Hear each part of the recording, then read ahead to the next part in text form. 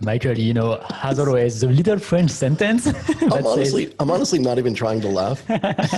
Just the fact that that's there every single time. every single time, Michael, we always start this way. How are you doing, Martin? I'm doing awesome, Michael. Thank you very much. What about you? I cannot wait to start this episode of eCommerce Undercover. It's going to be great. We have a very great guest today. I'm very happy that we do this episode. I said it offline. I love this name. Mm-hmm.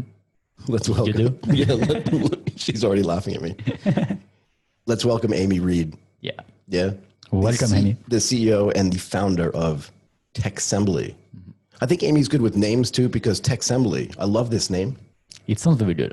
It sounds very tech and people are being assembled. I don't know. Something like that. But I do love the name. Amy, how are you? I'm good, thank you. I'm good. Nice to be here. It's great to have you here. Look, we love starting with people's background. So why don't you give us some of your background and then we'll get deep into the rest of the show. Yeah, perfect. Hi, everybody. So my background is I'm from the UK. I grew up in Scotland. I'm half Canadian, half Scottish. And yeah, I've been in Singapore for 10 years now. A bit of my background is I studied at university in Glasgow, studied a business course degree. After graduating from university, I moved down to London and joined BT, British Telecom, on their graduate scheme, working in marketing. Worked there for 10 years. And then after that, we did a move to Asia, to Singapore. And then I started working here in kind of like Facebook for a period of time. And then I worked for a company, which is a company called NMG Group, where I looked after their marketing. So I was the CMO. And then after that, I went and started my own business. So 7 years ago, I started a company called Gifts Less Ordinary. Always knew I was going to start my own business at some point. It was just a kind of a case of finding the right idea and also timings. And then from 7 years ago, as a result of Gifts Less Ordinary, I actually then launched a new business, which we pivoted to Techsembly, which is a tech company, and it's an e-commerce enabler. So yeah, so my background has been very much marketing and digital marketing to date. Amy, I want to get to Techsembly, I'm going to say in a minute, but I think it's going to be more than a minute. I'm really interested in this experience that you had at British Telecom. Yeah, can you tell me more about that? Yeah. So when I joined BT, I joined them on their graduate scheme. And actually my first role within BT was actually working kind of, I guess, the pre-dot-com, pre-dot-crash. And actually I started in a kind of like what was almost like a little incubator unit. And we actually had the ability to really innovate. So we actually set up a marketplace. So it was a company called Get Started and TimeSmart. And what we did is we brought together a number of third parties to help businesses who are starting up to kind of get like financial advice, to kind of like be able to benefit from like stationery, all the different things that they would need in terms of like managing and being successful and running their own business.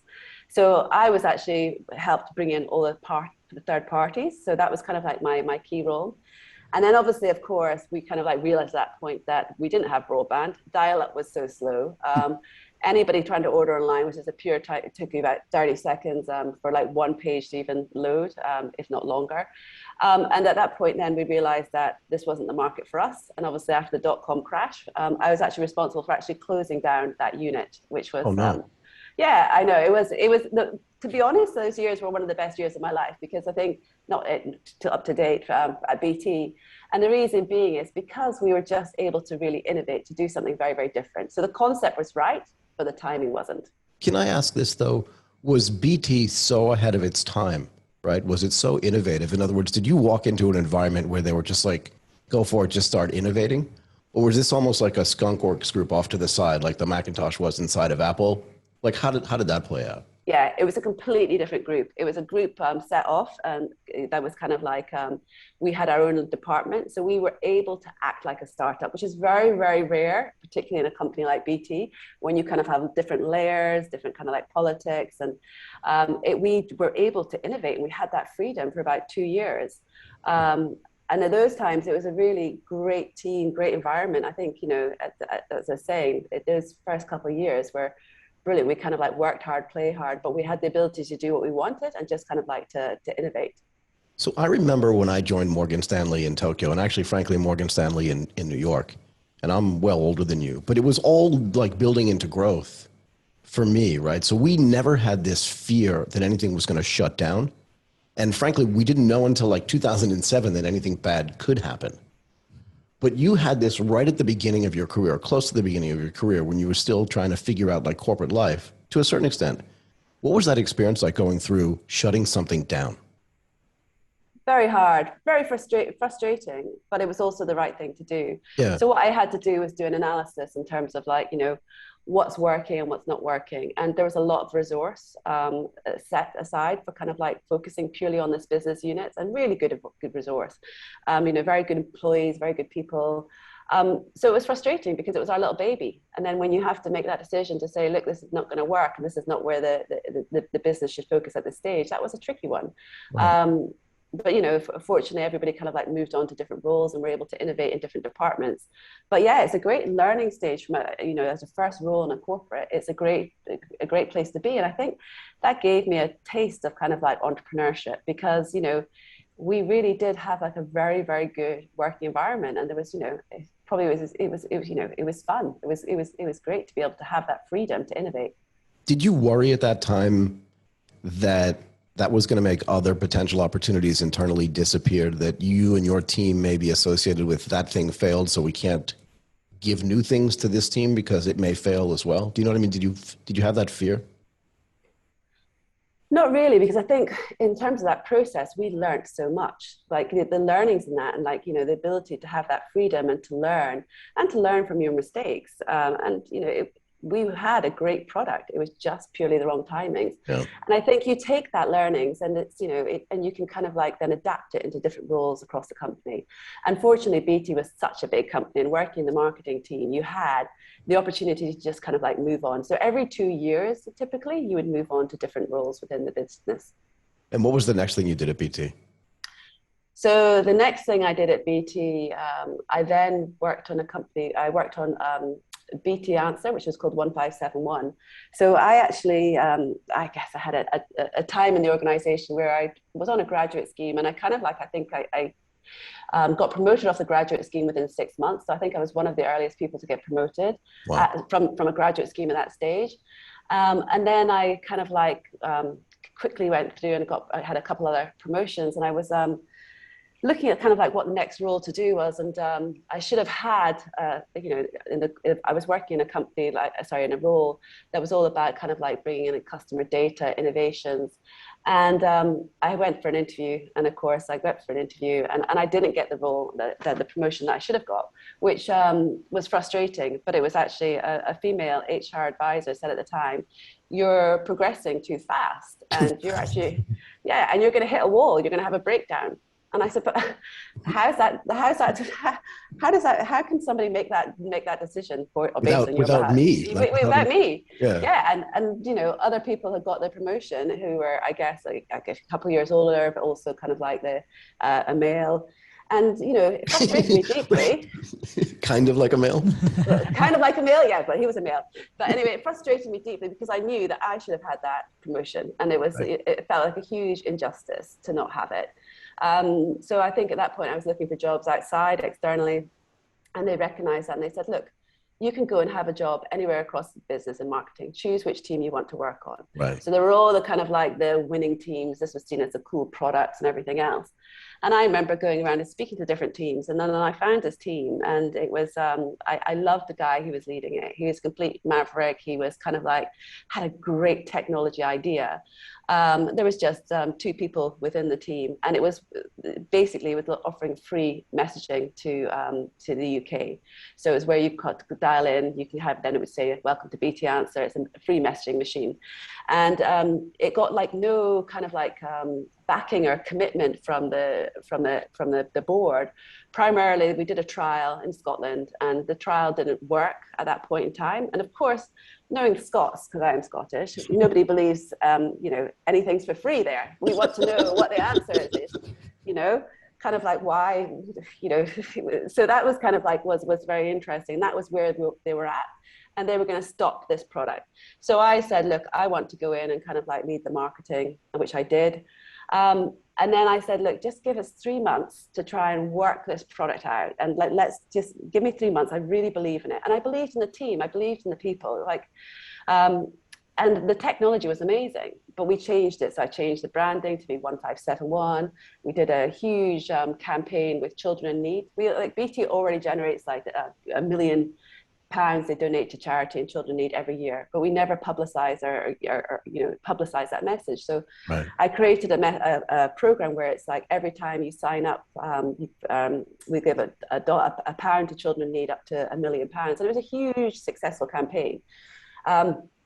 And we won over, I mean, it was the biggest success story for BT for probably the next 2 or 3 years. Like we generated hundreds of millions in additional revenue streams because we were based on call completion and call stimulation, which is a model they never had approached before.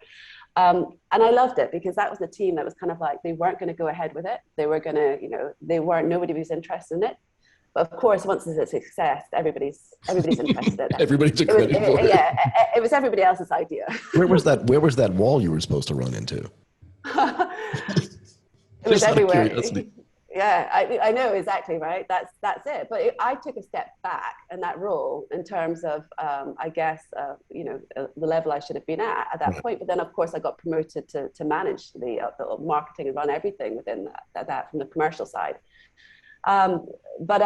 Yes, that's the interesting thing. Sometimes what I believe is that, promotions and all this hierarchy you get in corporates, what you have to do is find that role that you really believe in or that product you believe in and the job that you really want to do. And that kind of like, it's what I've always been about. It's about where you innovate and do and what you believe in. You can make things work if you have the right product and the right team in place. Yeah, I mean, you were super fortunate because you kind of were able to, what's the right word? Satisfy your entrepreneurial spirit inside of a big environment. And that's just so great, no? Yeah, absolutely. Absolutely. And that was it. That's, when you can find those little unique pockets, that's where it kind of like really works for you. And I was able to do that within BT a number of times because I was able to move into different departments across the business. And I can only begin to imagine the number of things that you learned there that then you can build into your own sort of private entrepreneurial life, right? All these experiences that you had. I want to understand how Glow started, right? Gifts Less Ordinary. How did that start? So that started 7 years ago. So I was working at a company called NMG, where I was looking after their marketing. And I knew always I was going to run my own business. Like that was just something that was going to happen. Yeah, and exactly. And then I had my third child, and I was out, and I realized I wanted to do something different. If I don't start the entrepreneurial journey now, I'll never do it. And I had a great idea. A friend sent me a gift that came from the UK that was beautifully gift boxed for my son, and it was beautifully, everything was embroidered, and it was. I realized you don't get anything like this in Asia. Like what you tend to find here, in particularly in Singapore, is a high kind of like brand, the luxury brands like your Prada, your Dior's, or your kind of like high street brands. But there's nothing kind of like was lacking unique or artisan gifts or kind of something that's handmade and created. So I set about starting a marketplace, and the unique aspect of that marketplace was the ability for us to have multiple like localized storefronts. So in Singapore, I could bring together Singapore artisans with global suppliers. In Hong Kong artisans and global suppliers. And we recognized that the growth for us was the ability to have multiple storefronts. So I could just duplicate a storefront. I could set something up in Australia, New Zealand, the UAE, and then tailor it to that local market to really drive demand. Now, I built the platform on Magento. In fact, one of my co-founders for Techsembly, he actually co-founded one of the Magento agency that we use within the UK, which is it was a very well-known agency at that time. And we had a great rapport. I guess he probably found me quite challenging in the sense that what we did is we did so many customizations, and we would always be challenging. He said that you don't need multiple base currencies. That's going to confuse things. If you keep it very simple, keep it to the core, you don't have to kind of like, it will just make the platform work better in the kind of terms of speed. Anyway, I still said, like, we need to do the customization. I want to be a global platform. Thanks for your advice, but no thank you. Thanks for your advice, but no thank you. Yeah, he loves me really, but I think I was probably very frustrating in terms of the client, but I realized you have to do what you believe is right and kind of like what your USP is. And that is what I felt was really core to what we were doing. So we quickly realized that the platform we were on was causing like re-indexing issues, like sometimes 7 hours of re-indexing, kind of like we needed to do customizations, we weren't able to push content live. When you have all these different base currencies, all these different content tailored, it's very, very difficult to kind of grow and scale. Yeah. So we then also, we had an agency support us in Asia who also basically said to us, your technology is way too complex. Like it's so complex we can no longer service it anymore. This is a tech agency, though. I want to be clear about this. This is a tech agency, yeah. So Ross had joined me. He basically left his agency and he became the CTO of Gifts Less Ordinary. So together we basically managed the product, and we had a tech team supporting us here in Asia. And I remember that call that came through, and I can remember exact place I was when I had that call. And he said, look, your technology, it's just not going to happen. We're not going to support you anymore. I said, so what are you going to do? He said, nothing. Like nothing. You're just going to walk away though? Like, how's that possible? Exactly. And you kind of like feel like that moment, oh my goodness, it's like the walls are kind of closing in on you. What do you do? Like, you know, I've got a product that I've managed to really scale. I know I can scale it further if I can just push out these localized storefronts. And yeah, he's basically, I had that moment where it says, right, you know, we can either close everything down or we re-platform. So the re-platform was what we did. Yeah, you just don't seem like somebody that just going to stop and give up. That's a compliment, by the way. No, I just don't feel that in you. No, definitely not. And you know, I think sometimes you perform the best when you're under pressure. Absolutely. When you kind of feel that, you know, you've got to find a way out. And so in my head, I was just thinking, we need to find a solution to this. How can we do better? How can we do this? I can't go back to my kind of investors or go back to our customers, our vendors and say, look, we're closing down because our technology is too complex. It just doesn't make sense. No.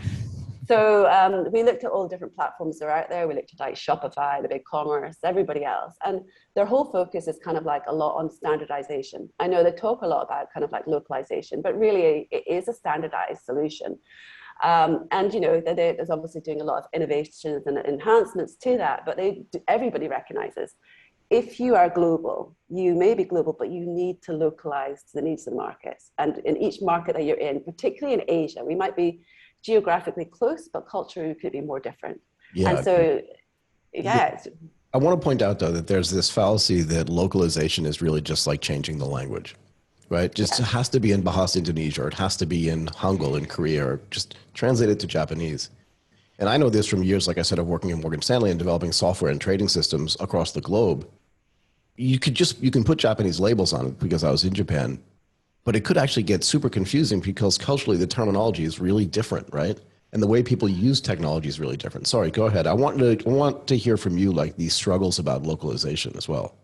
Yeah, and that's it. It's not just about having a different kind of like currency. It's about important to having different base currencies, so you can actually upload different storefronts in different base currencies. It's about having different kind of like logistics, different content, different promotions locally, and being able to really tailor every aspect of that storefront to the local market. So we re-platformed after, it took us about a year and a half of building it. We re-platformed. Ross with my CI, he was the CTO of Gifts Less Ordinary, and we partnered with 2 other tech developers who I'd worked with previously on a different project. Did you build from scratch? Sorry. Yes, we did. Yeah. So we built everything from scratch, from the ground up. So, and I mean, they're great. I mean, I'm so lucky. We have an amazing co-founding team. They have an immense number of years of experience in terms of technology. Like they've worked with like DBS, OCBC, like Ross has kind of like built a number of different very successful e-commerce sites. And so we all came together to build Gifts Less Ordinary onto this new platform. And it was heads down, challenging everything. You know, we really worked through what we wanted to offer localization. And we used all the experience that we had with Glow to make that happen. And then, so we were very proud of the kind of like, you know, that the site was up there and launched. And we then went out to a conference in Hong Kong in Rise. And we met up with the HSH team, the Peninsula team came up to us and said to us, their head of innovation said, look, we've been looking for a technology solution that allows us to have one centralized platform, but multi-properties and storefronts that can be localized to the needs of the market. In addition, we want to be able to delegate control of those storefronts to the local properties, so they can manage the orders, what products they want and everything else. Right. But at the same time, because we are a well-known luxury global brand, we want to be able to have all the central insights and analytics in one place. So we want to be able to big brother, control what's going on, delegate controls to different properties. And how did they know that you were doing this? Did you make a presentation at Rise? So, and they heard your presentation? No, or you're just walking around? And... They just walked around and they came over and they said, what is it you do? And oh, you're about gifting. And they obviously were looking for kind of like an e-commerce solution that supported gifting. They said, how does it work if you're in Singapore and Hong Kong? And we just got talking and we just showed them the site and they said, oh, this is really great. This is exactly what we want. But, you know, can you do like support local payouts for the properties? Can you do this? And we were saying, yeah, I mean, like, we've never thought about, you know, transitioning this to a SaaS solution, but actually this is something we can do. Right. So after a number of like discussions, they asked us to go for this, their program, which is their Kaleidoscope innovation program. So we went and applied, we went and sat at the Peninsula in Hong Kong. We presented to the whole board, the whole team, the CEO, and they were looking for kind of like, you know, an incubator program. And actually, we didn't get through to the incubator program because they said, your technology is so advanced. We just want to kind of like, we want to go ahead with it. So let's skip that, just go right to it. Go right to the build. And so that's what we did. We went through and we worked with them and they were a great team, like really like able to kind of like to help us to innovate. And we worked in partnership with them to build a solution that would allow them to have all of their different storefronts, properties, have their own tailored e-commerce storefront. Right. And we launched that in January last year, 2020. So kind of just pre kind of like the pandemic. Perfect timing. It was perfect. So yeah, perfect timing. but what it was great was that fortunately, because we got live at that point, because obviously there's hospitality, there's budget cuts and everything else that going later. But Right. they recognized that this was a really good source of revenue. It's a really good source of income for them.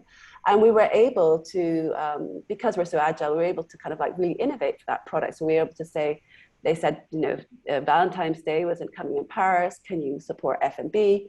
So within 2 weeks, we developed kind of like an F&B kind of like solution. So now what we offer, which is really very unique, is kind of like an integrated checkout process. So that allows for multi-product types. So for instance, I can have my F&B delivery tomorrow between 1 and 2 at home. I can do a digital gift voucher that gets sent directly to you. I can then have like products within that same cart. And I can have third-party products. So third-party products that are shipped, that are delivered from overseas, like a third-party supplier, all within one integrated checkout. And at the moment, what you're seeing within the hospitality sector is a lot of these, to innovate, they might have a F&B site. So they would have different logins, an F&B site that they manage through a partner. They would then have their own kind of like gifting site where they might sell some mooncakes and actual products, candles, luxury stuff. And then they would have a gift voucher site, where they would sell spa vouchers or kind of high tea, which is obviously huge demand now because people are looking for things to kind of like look forward to as a result of like COVID. Anything to do. Anything, exactly. Anything to do, exactly. So so that's what we built, which is a new kind of like, that's kind of like another USP. And we quickly realized that when we looked at all the different hotels, this is something that is really in demand. This is something that's very, unique, and we can actively prove how much growth we can drive. And we can see that, across the hotels that we're onboarding, we make a significant difference in terms of like, we can increase conversion rates by up to 70%. We can really drive phenomenal traffic. And the hospitality industry is so, they're luxury brands. Like, they really want to protect their brands and they want to make sure they have the right platform, the right customer service, the right support. And that's what we do. And I guess using all the experience I've had from gifts authority, from managing like retail and managing that kind of like that experience, making sure you deliver that exceptional service, it's all kind of like worked to kind of like help us evolve into the product that we've built today. I just find this evolution really interesting, right? You have this one idea And that is, I got this great gift from somebody and it's very unique and I want to build that for everybody else, right? Because the gifts that I'm getting otherwise are just like Chanel and Prada and who cares? Because it's just, in a way, it's expensive, but it's commoditized, right? So you want something different. So you build this whole platform and then it just gets too complex for an agency to support, which I love that part of the story. They're like, yeah, we're a tech development team, but not that hard. Exactly. No challenges Exactly. over here. Well, actually, like, to be fair, Michael, like I had the same experience with my own company, you right? did, like, you did. And that's really funny because when you talk about your company and all the steps that you've gone through, actually, like it sounds like me. I could say the same thing because, like, when I built also my tech company, and I think like we are both non-tech people at first, right? But we see things from the customer point of view and from the competitor point of view, let's say, right? So we are like, if the competitor can do it and if the customer wants it, we have to do it, right? So like, don't tell me that we cannot do it.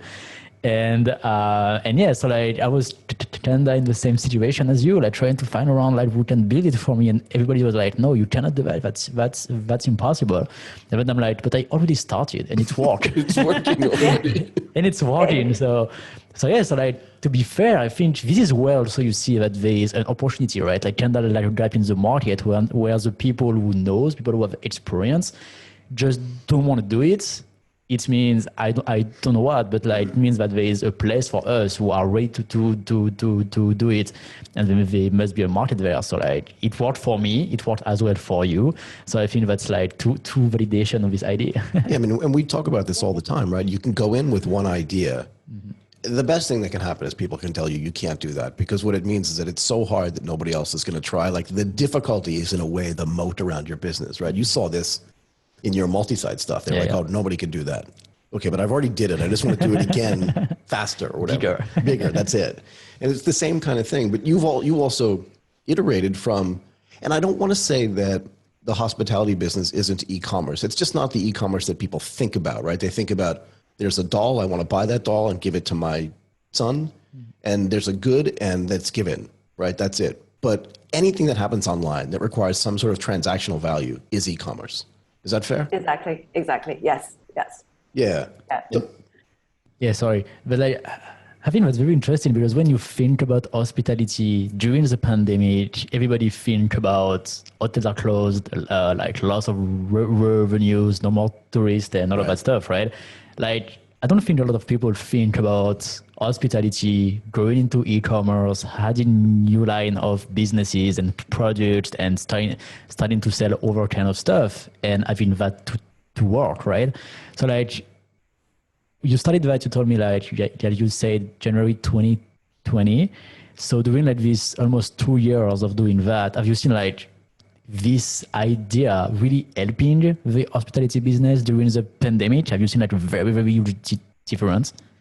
Huge difference, yeah. And a number of the hotels were actually closed over the period.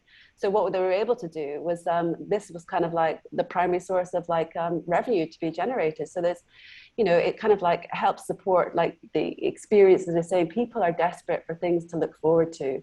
And, we were all kind of like, down in lockdown and everything else. What do you gift somebody? And you're seeing this a lot as well. People from overseas want to gift family. They want to give them a kind of like an F&B home delivery, or they want to kind of like give them a spa voucher. So yeah, we see this as being a really good growth opportunity. And the one thing I'd say as well is that, retail as we know it today, like where I see the biggest challenge for retail is these luxury hospitality brands. These are experience brands, experiential. They can give retail a huge run for their money because there's a consistency in these brands, these 5-star brands, in terms of the service, in terms of the product, in terms of the fulfillment. Luxury hotel brands don't want to be kind of like sending out their F&B delivery with a Grab driver. No. They've got to keep that kind of like that consistency and that control. And what our platform does is allows them to do that. And it allows them to do the upsell because of the integrated checkout. So yeah, we see it as being, there's huge demand. And so now, I was just over in the UK last week, we're onboarding another 2 large luxury hotel groups that will be going live in the next like 6 to 8 weeks. But that brings together like close to like 80 properties. So 80 hotel properties. So there's a lot to be had in this space. And I think we're just getting started. But we can see where we add value. And what's great is we say, well, you know, they want to would say, look, I mean, the booking system, we've got events that we're doing, like Great Gatsby events, for instance, in the Peninsula hotels. They say we want to kind of like schedule this for booking. So we're, of course, we can just build very agile, add another product, but it goes across the SaaS, so it benefits all of our clients. So the more luxury hotel clients we have on there, we can really innovate. Have you seen a mindset change in the way that they, excuse me, are approaching just their own spaces and all, and the services and even the goods that they can offer, right? So you said during the heart of the pandemic, right, nobody was going to go stay in a hotel room, but if you could have ordered dinner from there, you would have done that if you had known that that was possible. But I think in the old days, meaning pre-2020, hotels thought, you're not a guest, we're not serving you, kind of thing. Yes. Yeah, but now yeah. You've opened up this entire market to them. Like, I'd love to get some Mandarin Oriental cookies, right? Or a bath. I'm serious, or like a bath towel, because they're so nice. And I think this is the point you're trying to make, is that instead of going to Prada, I can go to the Mandarin, or I can go to some other hotel group, right? Like the Peninsula, exactly. And then get their goods just delivered to me, even if I don't stay at the hotel, and I can get them from Hong Kong if I'm in Bangkok. Absolutely. That's brand new, no? Yeah, I mean, that's it. That's it. And people are looking, you know, the mooncakes themselves as well. People would love, like, kind of like, you look at the Peninsula mooncakes. I mean, they sell out all the time. I mean, these are kind of like, it's, there's a kind of like, customers expect with that product, they have the reliability that is a certain standard and a high standard. And so, yeah, you're right. And the other thing as well is bedding. So even like when you go and stay in one of the beds, you have the best night's sleep ever. You can think, well, why can't my bed be like that? But just the pillows, right? Exactly. It's so true. I still can't replicate the pillows. You know? I want one of them. So do I. I want two of them, but yeah. So that's definitely very interesting. How do you see like the next, let's say, 2 to 5 years? So you think that, because like we didn't see clearly that during the pandemic, that's something that like us hospitality industry needs, but now that it should like open and go back to normal, do you think it's still gonna be like a huge need? Do you think it's going to change somehow, or on the other hand, do you see that you can like open the eyes of everyone on this new line of business and it's just gonna keep growing? Oh, I think it's definitely going to grow. And I think you're going to see a lot more further investment in it. I think people are starting to, the hospitality industry are really starting to see the potential, just in terms of like the sales that can be through, but also the innovations. Like, how great is it if you've got a collaboration, let's say you're doing something with F1 and then you want to sell F1 products via your site. I mean, there's so much opportunity to be there. And also kind of like these local hotels, they also want to have like, you know, take home a taste of Singapore. So like, you know, collaborations, local themed artisans. You know, there's a real opportunity for not only just for takeaway, but also in room as well. So guests who, you know, who are like traveling, when we do travel again with work, but you know, you've got to get the kids a present, right? There's an expectation that when you go traveling, you have to bring them home something. And if it's anything like my husband, he'd go to the airport and he'd buy something from like a kind of as a sweet shop or a key ring or something, just, and he gives it to kids, and their look of disappointment just shows it. But if you could, you know, give them something like from Singapore, Singapore delicatessen, something to try and experience. These are great things to be able to innovate and have. And I think that's what hotels are looking for more and more, because it's a really personalized service. If you're really changing the mindset of these hotels, and sorry, this just popped into my head, right? We talked about the pillows and the towels and even the mooncakes, right? Do the hotels then turn into, I mean, obviously people will stay there. That's always going to happen. The pandemic will end at some point and people will travel. You just came back from a trip. A bunch of my friends are starting to travel. I'm very confident this is going to happen. But does the hotel turn into like hotel as warehouse as well, where then they have to inbuild logistics into their hotels and understand if there's one version of the hotel here and then, you know, the same brand, but a different level over here. They share warehouse space there. So if somebody orders something from them, their logistics can actually be much more efficient as well. Absolutely. And so that's because our core and where we started from was really marketplace. Right. What we can do is, so let's say you're looking at one hotel and they've got an F&B department, they've got a gift shop, they've got, the spa. And what we can do is we can actually set these different units, I guess the different departments, up as kind of like a vendor. So basically, the F&B department will only get access to the F&B sales. So it's all like tailored. So they will have access to their orders. They'll have their own dashboard CMS where they can just manage purely those products. Again, you can have something set up for the spa. But if it's also globally, so if you've got some certain items, let's say the bed linen that's from a global department overseas, that can also become there because it's different logistics, different products, different timelines. It can all work really well in terms for an integrated solution. So really, it's that flexible because it's multi-users, multi-logins, multi-vendors, but still retain that centralized control. That's super cool. That's so cool. And I'm wondering, we talked a lot about hospitality so far. Do you plan to go to other verticals, or you plan to stay in the hospitality business for now? For now, we're staying very focused in the hospitality industry because I feel like there's a lot more for us to do and to innovate. And we're all looking at new products to introduce that I hope will come at the end of this year that will really, again, further innovate in this space. But we do have marketplace clients. We do have other clients like we work with, like Fitness First, where they have different gyms and they want different click and collect for different products. So we do have those type of clients, but our primary focus is hospitality for now.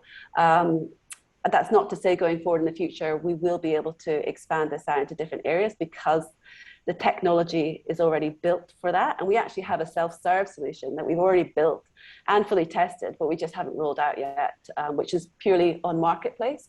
But for right now, we love the hospitality. I feel so aligned with kind of like our core values as well. I think it's just, we love these brands. Every time I look at them, I get so inspired. And I think I actually thought I knew what 5-star hotels were until I met some of these 5-star hotels. And I'm thinking, I've never heard of these hotel groups before, but now I've got a taste of it. It's a bit worrying. In a way, do you look back on the pandemic as maybe a benefit to you in the sense that the hotels now they're hungry for new technology and new innovations, whereas before they were just, I don't want to say coasting, but they were just very comfortable with the fact that they're a luxury brand and everybody knew about it kind of thing. And now they're thinking, wait a second, we never know what's going to happen. If we can add different types of revenue or different types of services, we have to have this in a way. It's not even a nice to have, it's a must have. Is that fair? That's absolutely fair. It's very true, very true. And I think what the hospitality groups like with working with us is that because the whole team, I mean, it shows our age, we've all got like 20 plus, the core team has got 20 plus years of experience in e-commerce and retail. So they like to work with us in partnership because we look at the sites, we look at the SaaS, we look at the stats, and we always try and innovate. So we're always trying to come up and say, oh, here's a new product idea. This is something we're rolling out. I think it could be beneficial for you. And we try and make sure that our goal is to generate significant incremental revenue from where they are now. So we're constantly innovating. And, the hospitality groups are great groups. So the teams there, they really get it. They're really looking for ideas. And they really want to innovate in this space, and we're going to continue to do so. Do you get, again, we talked before about the mindset change, and even for just the goods and some of the services that they offer. A lot of what happens at a hotel are like weddings, right? Very fancy weddings, but also conferences and things like that. Is there a way for them to be, instead of reactive, just waiting for a booking or selling to people that are having a wedding, create their own events? Right, even high tea would be a perfect example of this, and just say, we have the infrastructure here, and during high tea, we're only 30% occupied, right? Yes, yeah. So why not just advertise that as a thing, right? And the first 100 people that sign up get like a 10% to something. I don't know how that works, but you know what I mean? Being proactive about that. And then that becomes a thing to do, right? Is that happening as well? Exactly. So one of the new products that we're actually, the new features that we're adding is is event booking. It's kind of like being able to have different inventory assigned to different kind of like key events. So we are looking at that. Another thing that we're finding is very interesting is what we are going to be launching at some point is an actual, going back to the gifts less ordinary model, an actual marketplace to actually support these brands and drive new customers to them. And because it will be automatic, auto-synced, so basically you'll still have one login, but you can push out to other marketplaces. So for instance, you can push out to other distributors or other parties who want to sell your products on your behalf. So what we're doing is we're creating kind of like this ecosystem that really is going to support hospitality across the piece, and really looking to try and innovate in that area. Obviously leveraging from our past experience of being a marketplace from the start.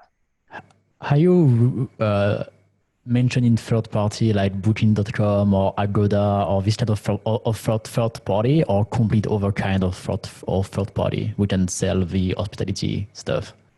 Yeah, we can actually, because we're all like headless and because we're all API driven, we can push products into any kind of any third party, whether it be a marketplace, whether it be kind of like let's say a corporate gifting site. So, you know, using the vouchers to feature for like, you know, for people who want like luxury experiences, like corporate gifting, all of that things we can do.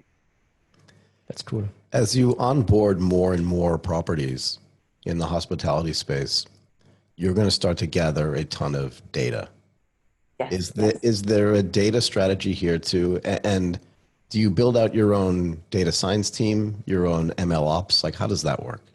So we have internally, we have a number of people who are looking at all the analytics and insights at all times. Mainly it's to do with kind of like conversions, what's selling well. But what we will be doing is we will at some point be kind of like producing, I guess, anonymized reports, which kind of can help innovate them even further, to give them kind of like some of the ideas and things that they should be doing to kind of like further improve their sales. And I think there's a lot of value in that. And that's something that we do with our partners, just to try and help them, you know, to continue to kind of like innovate and grow. So when you first started selling this a year and a half ago, is it a year and a half, almost 2 years ago now? Like, what's changed in the sales process between then and now? We're very, very focused. So when we started out, we were looking at having kind of like our pricing structure with a standard monthly reoccurring fee. So you'd be a license fee per storefront. But then we realized as well that all these hospitality groups were saying to us, we want the product, but, you know, there's budget restraints. We can't, because of like we can't be seen to be investing in anything. So we started to realize that the potential here was significant. And so we look at kind of like with those hotel groups to just be a commission structure only. So it kind of like works in their favor and works in our favor, because then we're innovating together. Like, we're really in partnership. Like, our volumes come through when yours is a success. So we give them marketing ideas, innovation ideas, you know, things as well to try and really help drive additional sales for them.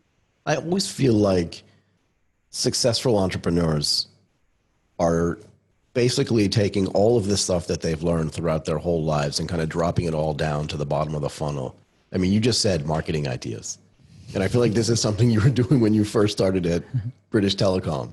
And it's just, no, but you know what I mean? Like, you've done all of this stuff, whether it's marketing or tech development or building the free call thing from scratch or understanding the freemium model, thinking about the SaaS model, all these things just drops down to the bottom. And I think that helps drive being a successful entrepreneur, no?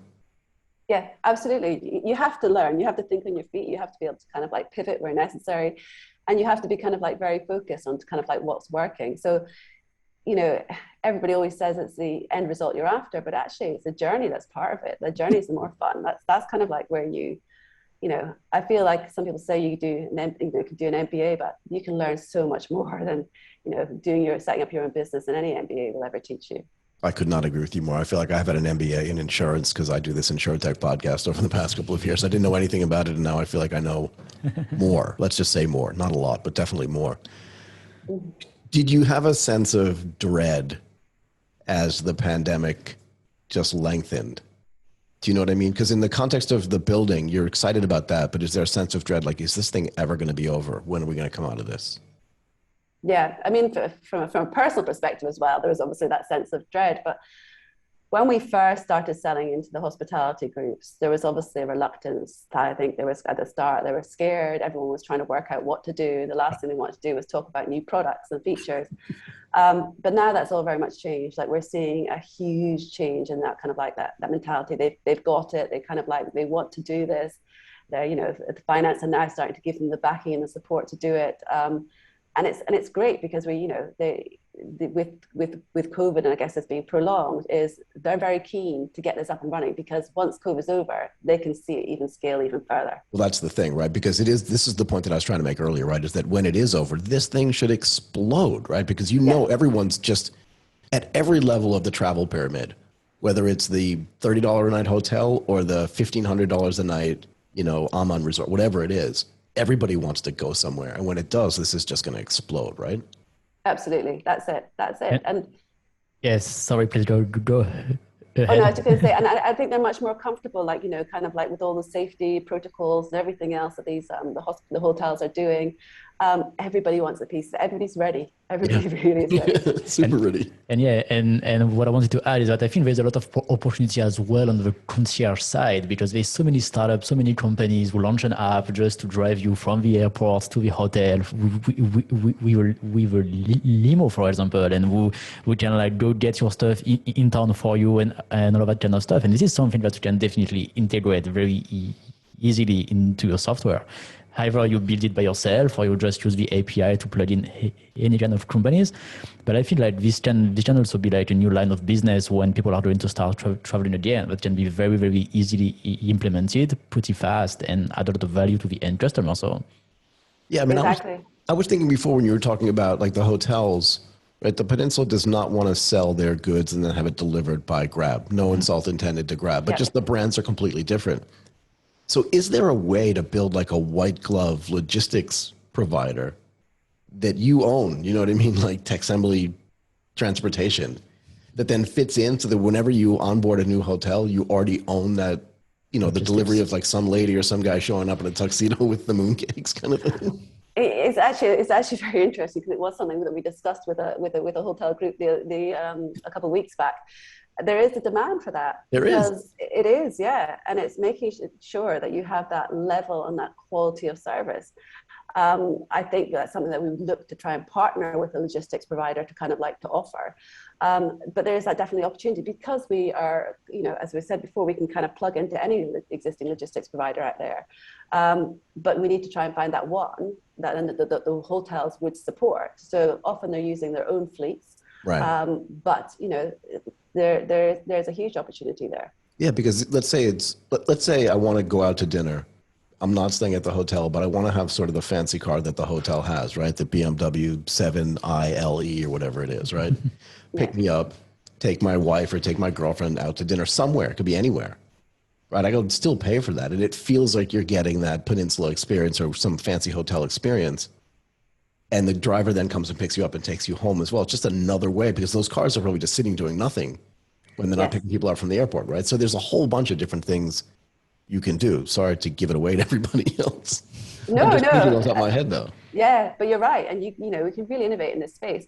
The nice thing as well is because we are a marketplace. So what we can do, let's say a group or hotel wants to be able to offer unique experiences or luxury experiences that they want to have, or exclusive experience that they want to sell to their guests. Right. They can do that, because that basically there'll be a market. They're a third-party vendor. They're a third-party.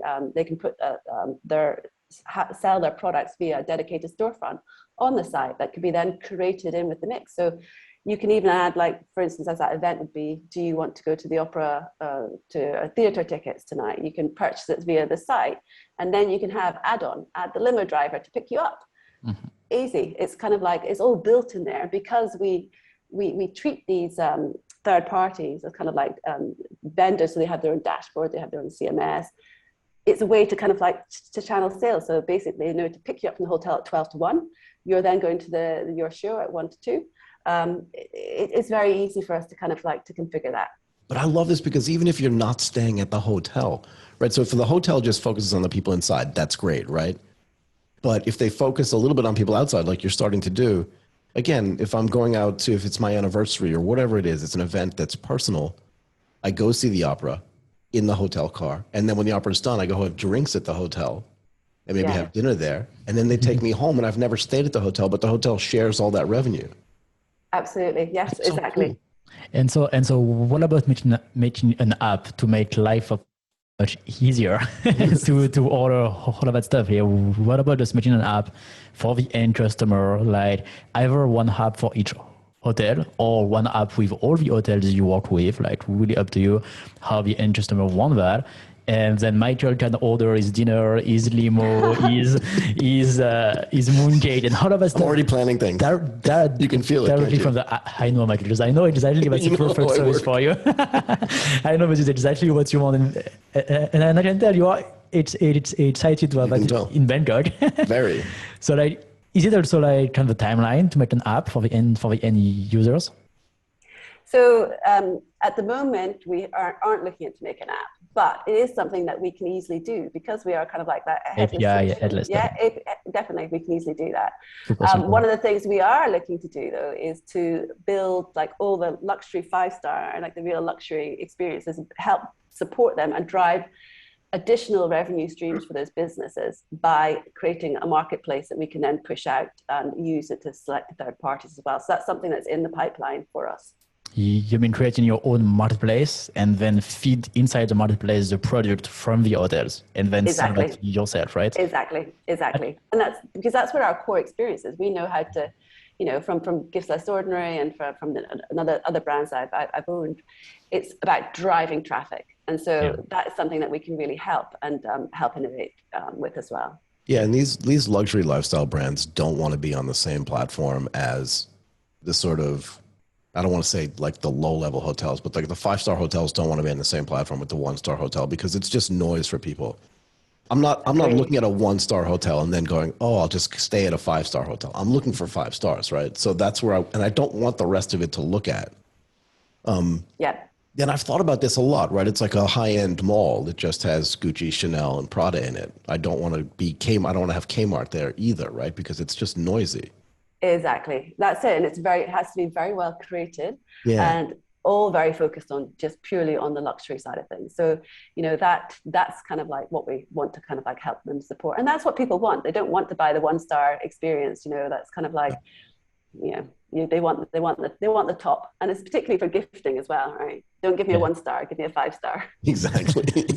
But like, I don't know, based on all of our conversation, I feel like you are going to apply your technology somewhere else at some point, because like all of that started with a conversation with a customer, right?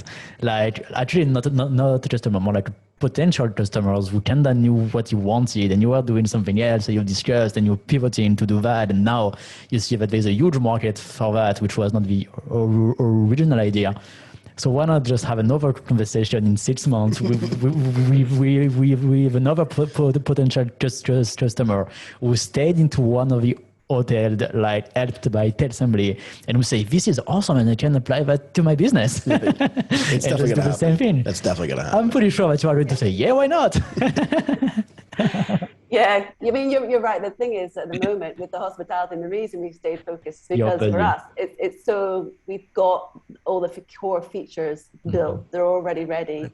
And so it's really plug and go. But obviously, there's huge growth potential because the platform is so agile, it's so flexible, it's so adaptable across multiple markets. You can even think about like it from let's say a distributor, a luxury distributor, watch distributor. They might, at the moment, they might have a distributor in Hong Kong, in Singapore. And what they do is they would then that distributor might set up its own site and then its own kind of like storefront. What if you want to get rid of that distributor? And what I want to know as a brand owner, I want a big brother, how that distributor is managing my products. And if I ever decide to change distributors, I want them on my platform. So I basically want to take them off, but I still want the SEO equity. I still want the kind of like the customer database, everything, because that's kind of like, as a brand owner, I want to make sure I have full control. So there's other markets that we can kind of like pivot into. Yeah. But as I said, at the moment, we just love like working with the hospitality and really innovating this space. So I just think, these are such great brands and they have huge, huge potential. And that's something we want to be a part of. That feels like a great way to end. That sounds very good, Michael. What do you think? Perfect. Yeah, that's perfect. I'm just thinking like, what else, like what other industry, we had this whole conversation a couple of days ago about the distributors, right? And how that used to be a uniquely local business, but they had no way then to consolidate that up into the parent, right? Yeah, and this solves that problem. And actually, you know what I'm talking about, right? Completely. But it's completely separate, right? This is a motorcycle distributor business, but they have the same exact problems that they had distributors everywhere. and no way to feed all of that data up to the top. So they didn't even know who was doing what. Because they've been doing that for years. Because they've been doing it for two generations, right? Two generations. So the model can evolve, but also like there's a lot of companies that are doing e-commerce, but for B2B, like from the retailer to the supplier, right? And just like enabling the API and the transfer of data and information like much easier. Like for example, I say tires, and I have my distributors in Thailand, and then these distributors, like I have plenty of shops. Then there's companies that are going to link all the shops to these distributors, and then to me directly, and then also link me to all the countries where I sell my tires. So then it's much easier to exactly know what's going on, but also for the retailer at the end of the chain to order new tires and to also like manage the stock and get the inventory and all of that stuff much easier because it's all on the same platform. And this is happening right now. Like there's a lot of companies doing that in the F&B business and in other kind of retail shops. So that's also something that you should like go into. And most of them are just writing stuff down in a ledger too. So they're losing all of the data. And we could go on and on this. You know this better than we do, but this is so awesome. true. This is really awesome. It's so true. Okay. I think we're done.